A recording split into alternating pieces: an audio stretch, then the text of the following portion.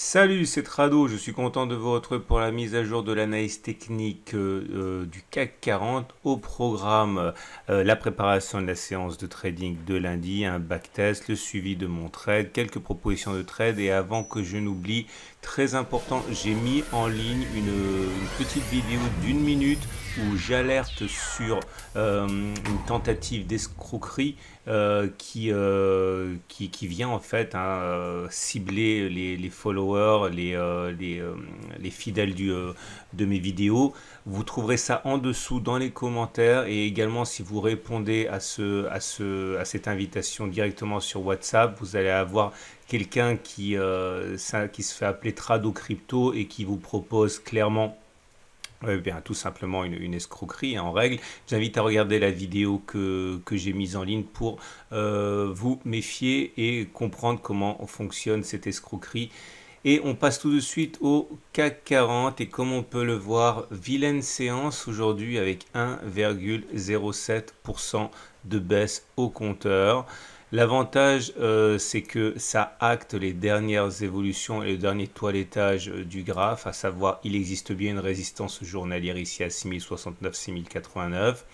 Et on avait ce reliquat de gap Covid 5995, 7993 qui, euh, qui narguait les haussiers et les baissiers en fait, plutôt depuis cette séance. Et voilà, maintenant on est venu le combler, c'est chose faite. La bonne nouvelle, c'est qu'également on est venu faire un retracement digne de ce nom, puisque si vous utilisez les retracements de Fibonacci, vous pouvez le voir, les 23,6% ont été ralliés. Enfin, on est entre deux niveaux, on a clôturé en dessous de 23,6, on n'est pas allé chercher 38,2.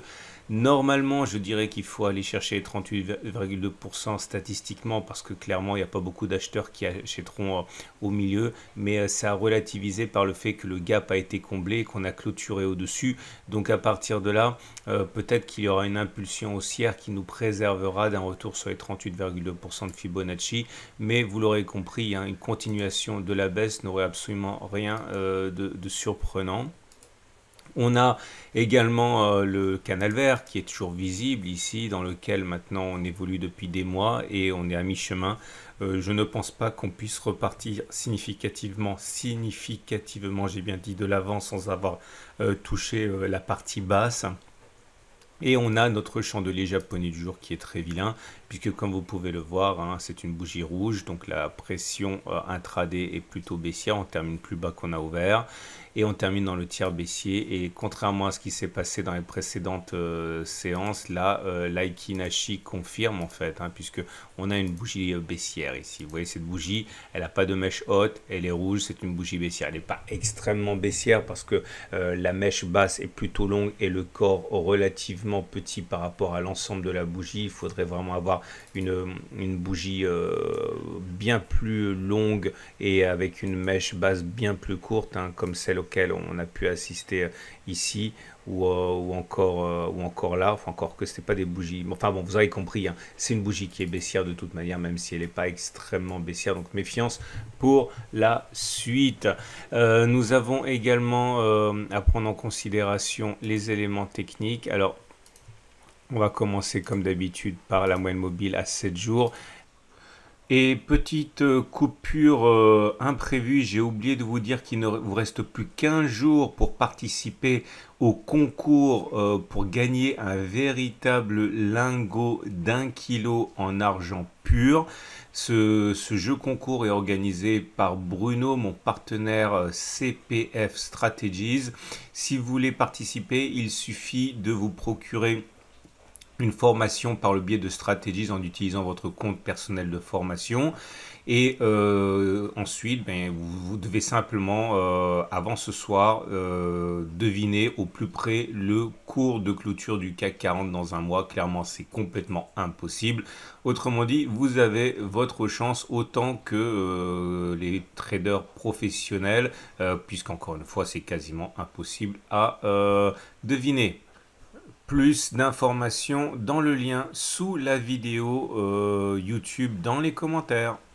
La moyenne mobile 7 jours est plate, on est en dessous, donc on va dire que la tendance de court terme est plutôt neutre. La moyenne mobile à 20 jours est haussière, on est au-dessus, donc la tendance générale est encore haussière. La moyenne mobile à 50 jours est haussière, on est au-dessus, donc la tendance de fond est haussière. La moyenne mobile à 200 jours est haussière, on est au-dessus, donc la tendance de long terme est haussière. Petit détour rapide du côté de l'excellent pair T-Bonds de mon ami Christophe, et comme vous pouvez le voir, pour l'instant, pas de remise en cause de la tendance de fond, hein. Elle est toujours haussière. Et nous avons les bandes de Bollinger qui vont nous intéresser aujourd'hui. Là, vous voyez, les Bollinger sont toujours ascendantes toutes les deux, on est toujours en parallèle haussière. Donc voilà, ce qui se passe actuellement n'est pas de nature à remettre en cause la tendance de fond, hein, du CAC 40, mais c'est une consolidation, une belle, une vraie, telle qu'on l'attendait. Alors maintenant, attention, je vais faire un backtest. Alors le backtest du jour est compliqué. Franchement, si vous débutez, je vous invite à sauter la vidéo au moins de 3-4 minutes parce que c'est trop compliqué pour vous. Ça, c'est un backtest qui est déjà très élaboré et c'est plutôt pour ceux qui ont l'habitude de mon format. Donc encore une fois, je vous en conjure, si vous voulez avoir un avenir en analyse technique et que vous débutez, ne regardez pas les 5 minutes qui vont suivre. Alors, comme vous le savez, ça fait suite à ce qu'on a déjà backtesté avant. On savait qu'on avait réintégré les bandes de Bollinger. On savait qu'une fois qu'on les avait réintégrées, on avait plus de chances d'aller chercher la M7 que de ne pas le faire. C'est fait, etc. Maintenant, je vais regarder clairement quelles sont les probabilités après un setup de sortir de Bollinger d'aller chercher la M20. Attention, il y a plein de conditions qui vont rendre ce setup compliqué. 1, je veux qu'on soit sorti au moins une fois hors des Bollinger. 2, une fois que l'on a réintégré, vous avez votre setup sortie de Bollinger et réintégration. Ok. Une fois qu'on a ça, 3, je ne veux qu'à aucun moment on soit repassé au-dessus du plus haut de la figure avant de clôturer en dessous de la M7, comme c'est le cas maintenant. Ok. Et une fois qu'on a tout ça, je ne veux pas non plus que l'on ait cherché directement une clôture en dessous de la M7 directement sur M20 parce que c'est trop facile. Et donc je veux qu'on ait clôture en dessous de la M7 et qu'il y ait de la marge en dessous pour aller chercher la M20. Voilà. Une fois qu'on a ça, j'ai regardé s'il était plus probable que l'on revienne toucher les plus hauts de la figure setup de sortir de Bollinger ou que l'on aille chercher la M20. Okay. Et comme j'avais absolument aucune idée, j'ai backtesté ça et je vous donne le résultat ici de ce setup. Alors, on va commencer par une réussite ici. Enfin, une réussite, non, c'est pas une réussite, c'est un constat. Voilà le setup. Je vais le détailler un petit peu. Donc, le setup de sortie et de réintégration des bandes de Bollinger, c'est tout ça. Attendez, je vais prendre la bougie précédente. Voilà. Est-ce qu'on a clôturé en dessous de la M7? Oui. Est-ce qu'à aucun moment avant, on est repassé au-dessus du plus haut du setup, de la configuration? Non. Est-ce qu'on a d'abord été chercher la M20 ou est-ce qu'on a d'abord allé chercher le plus haut? Alors, on a clôturé en dessous de la M7 et puis après, on est allé chercher les plus hauts sur cette bougie. Donc, j'ai mis un pouce vers le haut. Ça ne veut pas dire réussite, ça veut simplement dire qu'on est allé chercher l'objectif haussier d'abord. Et ce qui nous amène à un autre exemple qui est là. Je sais que c'est compliqué, je suis vraiment désolé de vous imposer cette montée en régime, mais au bout d'un moment, vous allez devoir être indépendant. Et mes setups de trading ressemblent plus à ça, en fait, hein, que des trucs tout simples. Hein. Donc, vous devez savoir le faire, je ne serai pas toujours là. Ah, et voilà un autre setup. On est sorti hors des Bollinger. Là, c'est pas bon. Vous voyez, à aucun moment, on est allé chercher la M7. Hein, on est repassé au-dessus. Donc, ça, c'est pas un setup qui m'intéresse. Voilà. On a fait des setups, on a le setup maximum ici avec la position maximale ici sur cette bougie. Hein, on a réintégré, donc sortie, réintégration, le plus haut il est là. On a clôture en dessous de la M7. Est-ce qu'on est d'abord allé chercher la M20 ou est-ce qu'on est d'abord allé chercher le plus haut de la configuration? On est d'abord allé chercher la M20, donc j'ai mis une flèche vers le bas pour dire que ça descend. Allez, on déroule et vous allez voir, c'est assez intéressant.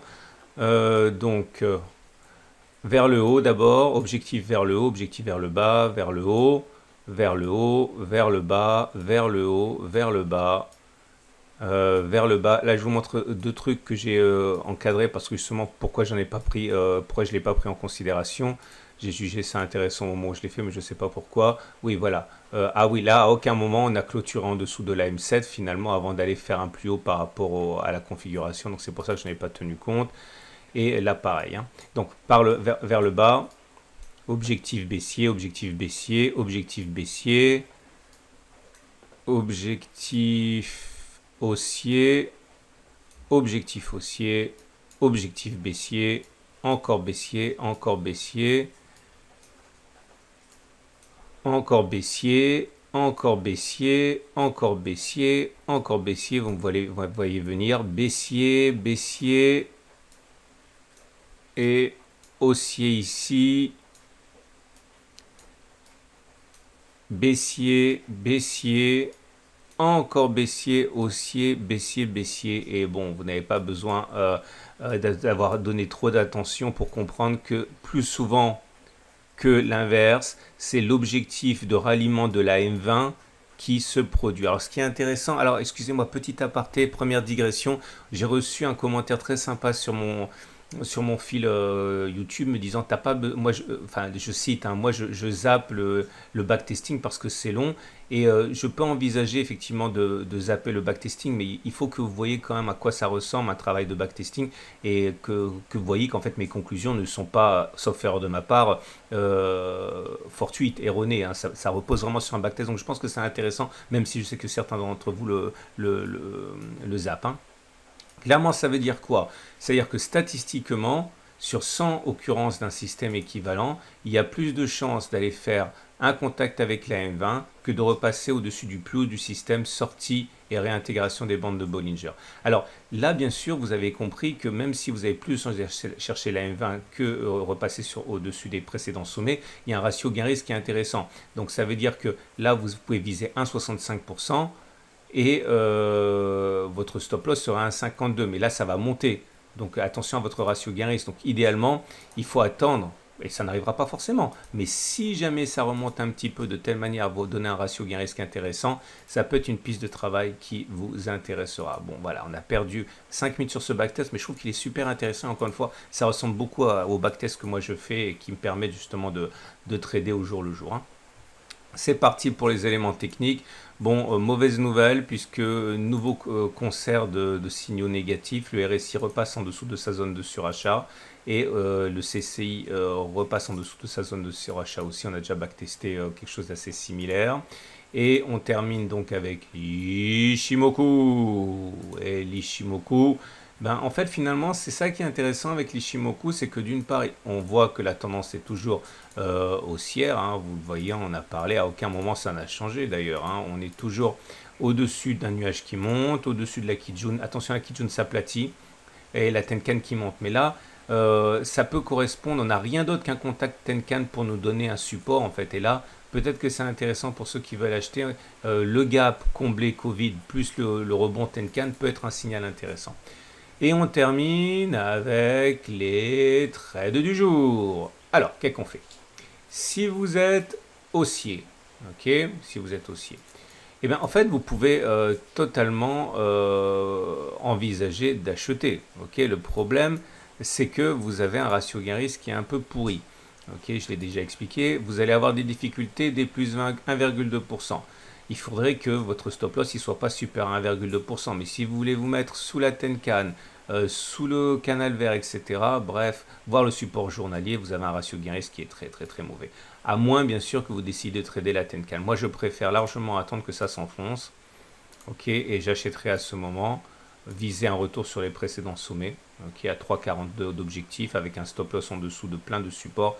Je préfère ça. Maintenant, si vous êtes baissier, là par contre, ça peut être intéressant d'utiliser ce qu'on a backtesté, hein. Donc, éventuellement attendre que ça monte un petit peu, mettre un stop loss au-dessus de la résistance journalière 1,44, viser support journalier à 2,4, vous avez un bon ratio gain-risque. Moi, si jamais on remonte et qu'on touche cette zone-là, c'est ce que je veux, je shorterai. Ok, vous voyez comme je suis absolument acheteur et vendeur. Alors il y a toujours ce même horrible commentaire. C'est pas horrible, mais les gens ils comprennent pas. Ils disent ouais, mais Tradon, on voit tes vidéos, c'est nul. Tu dis ça peut monter ou ça peut baisser. Parce que c'est normal. En tant qu'analyste technique, mon boulot c'est de dire ce qui va se passer. En tant que trader, je sais pas ce qui va se passer. Tout ce que je veux, c'est un ratio gain-risque supérieur à 1 avec des probabilités de réussite supérieures à 50%. C'est comme ça que je vis, c'est comme ça que je trade, c'est comme ça que je partage mon expérience.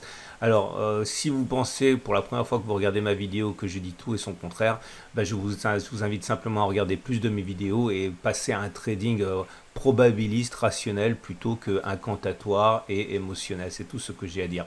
Merci à tous pour votre fidélité. Je suis désolé que certains aient été approchés par l'escroc en question, enfin le groupe d'escrocs, attention, méfiez-vous encore.